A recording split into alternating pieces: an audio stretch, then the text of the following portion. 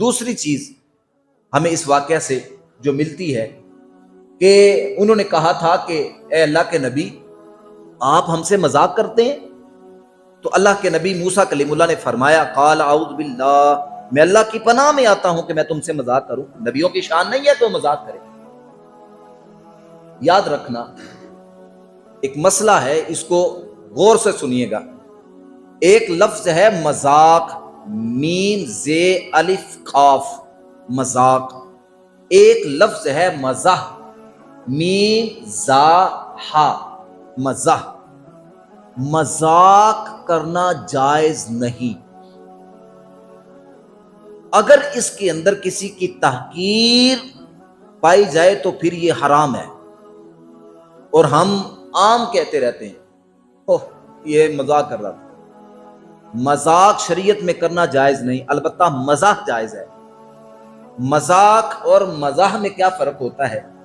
مذاق میں کسی کی تحقیر کرنا مقصود ہوتا ہے، یعنی تمسخر کے اندر کسی کی تحقیر کرنا، اس کے عیب کو ظاہر کرنا مقصود ہوتا ہے۔ مزاح کے اندر ایسا نہیں ہوتا۔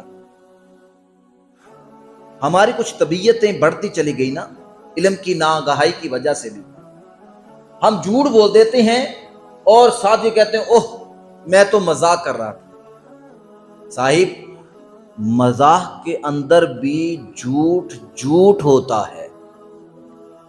آدمی کہے او میں تو مذاق کردا سی پیا، تو بھائی اس کی جو ہے وہ جھوٹ نہیں ہے۔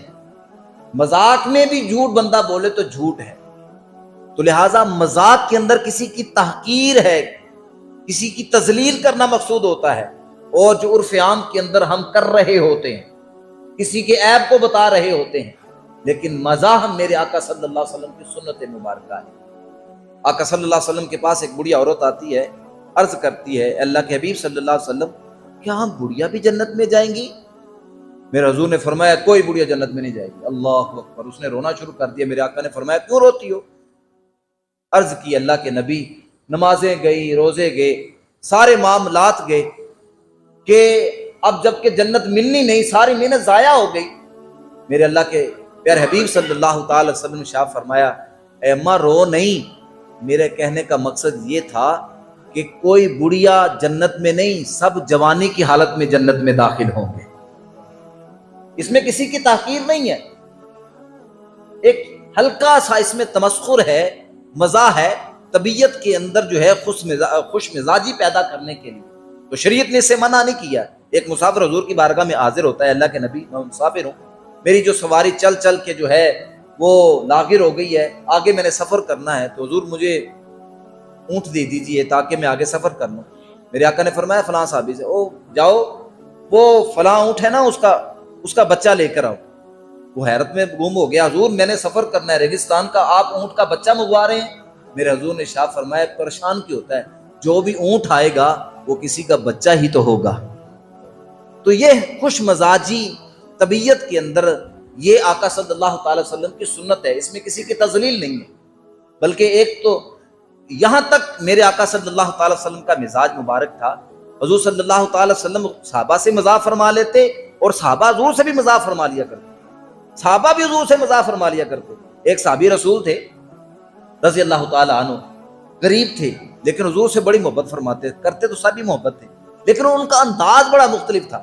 کیا کرتے، مدینہ کی منڈی میں بازار میں جو بھی نیا پھل آتا نا، نہ بھی پیسے ہوتے لے آتے ادھار، اور حضور صلی اللہ علیہ وسلم کی بارگاہ میں پیش کر دیتے۔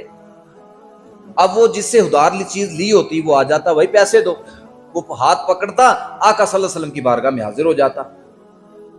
حضور وہ جو آپ نے پھل کھایا تھا وہ اس دن ہاں کھایا تھا، حضور وہ یہ پیسے لینے آیا ہے تو پیسے دے دینا اس کو۔ وہ تم گفٹ نہیں لے کے آئے تھے، تحفہ نہیں لے کے آئے تھے؟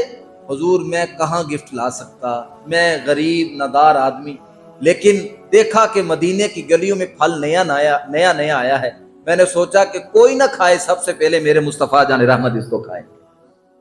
حضور خوش ہوتے اور وہ جو ساتھ لے کر آنے والے آدمی کو حضور وہ پیسے بھی دے دیتے، اور اس میں صحابہ کے اندر ایک جو ہے خوش مزاجی کا ایک ماحول جو ہے وہ پیدا ہو جاتا۔ صحابہ حضور کے ساتھ مذاق فرما لیا کرتے، بلکہ ایک صحابی رسول اللہ کے پیارے حبیب صلی اللہ علیہ وسلم کی بارگاہ میں گفٹ لے کر آتے، تحفے لے کر آتے، دیہات کے رہنے والے تھے، نام ان کا ظافر تھا، وہ سبزیاں وغیرہ حضور کی بارگاہ میں لا کے پیش کرتے، حضور جو ہے وہ شہر کے تحفے ان کو دیا کرتے، مٹھائی وغیرہ کوئی اور چیزیں دیا کرتے۔ یاد رکھے میرے آقا صلی اللہ علیہ وسلم کا فرمان ہے، تحفے کا بدل تحفہ ہے، جب تمہیں تحفہ کوئی بندہ دے تو پھر اس کے بدلے میں تحفہ دیا کرو، یہ نہیں تحفے لے کے بیٹھا رہا کرو، بلکہ اس کا بدل یعنی آگے تحفہ دیا کرو۔ تو حضور بھی اس کو تحفے دیتے، گفٹ دیتے۔ تو ایک دن وہ کیونکہ دیہات سے لے کر وہ سبزیاں آتا تو آگے مدینہ سٹی تھا، وہاں کے وہ سبزیاں بیچا کرتا، مدینے کی منڈی میں وہ ایک دن سبزی بیچ رہا تھا، اونچی اونچی آواز میں آپ دیکھتے ہیں کہ سبزی کی نا آواز لگائی جاتی ہے، اتنے کی اتنے کی اتنے کی، وہ آوازیں لگا رہا تھا، دبے پاؤں میرے آقا صلی اللہ علیہ وسلم پیچھے سے گئے اور اس کے آنکھوں پہ ہاتھ رکھ لیا۔ اس کو پنجابی میں کولی برنا کہتے ہیں۔ اس کے پیچھے ایک مقصد ہوتا ہے، مقصد کیا ہے کہ یار آگے پیچھے تو بڑی محبت کا اظہار کرتا ہے، اب ہاتھ رکھ کے دیکھتا ہوں آج کس کا نام پہلے لیتا ہے۔ اللہ اکبر، میرے آقا کے ہاتھ جب حضرت جعفر کی آنکھوں پہ لگے تو وہ ہاتھ جس کو رب کہے ید اللہ، محبوب یہ ہاتھ تیرے نہیں ہے، یہ اللہ کے ہاتھ ہیں، وہ کتنے نرم ملائم، جب ہاتھ حضرت جعفر کی آنکھوں پہ لگے نا، اس کی ٹھنڈک حضرت جعفر کی آنکھوں میں جب محسوس ہوئی، وہ ٹھنڈک چلتی چلتی چلتی جب سینہ میں پہنچی نا تو حضرت جعفر نے قدموں کو پیچھا کرنا شروع کر دیا، بول نہیں رہے، نہ آقا بول رہے ہیں نہ حضرت جعفر بول رہے ہیں۔ امام ترمذی نے جامع ترمذی میں اس واقعہ کو نقل فرمایا، حضور بھی پیچھے ہو رہے ہیں، حضور وہاں کھڑے ہیں، حضرت جعفر پیچھے ہو رہے ہیں، حضرت جعفر نے اپنی پشت مصطفیٰ جان رحمت کے سینے سے لگا دی۔ کیسا وہ سما ہوگا، کیسی وہ گھڑی ہوگی، واہ واہ، قربان جائیں۔ حضرت جعفر نے اپنی پشت نا آقا صلی اللہ علیہ وسلم کے سینے سے مسلنا شروع کر دی، اس طرح ایسے سے کرنا شروع کر دی۔ اللہ اکبر، حضور مسکرا پڑے۔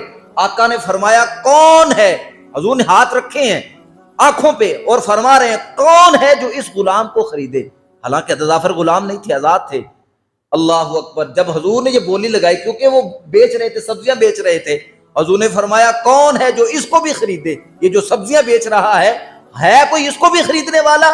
تو حضرت جعفر نے آگے سے جواب دیا، حضور مجھ نکمے کو کون خریدے گا، میری کون بولی جو ہے وہ ایکسپٹ کرے گا، قبول کرے گا، میں تو نکما نکھٹا ہوں۔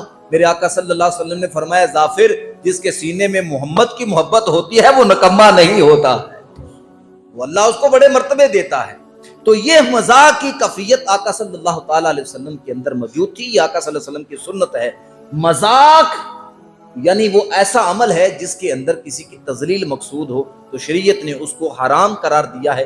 مزاح انبیاء کی سنت ہے، میرے آقا صلی اللہ علیہ وسلم کی سنت ہے، لہٰذا یہ سنت ہے جس میں کسی چیز کی کسی کی تذلیل مقصود نہ ہو تو شریعت نے اس کو جائز قرار دیا ہے۔ اللہ سے دعا ہے اللہ ہمیں عمل کی توفیق نصیب فرمائے۔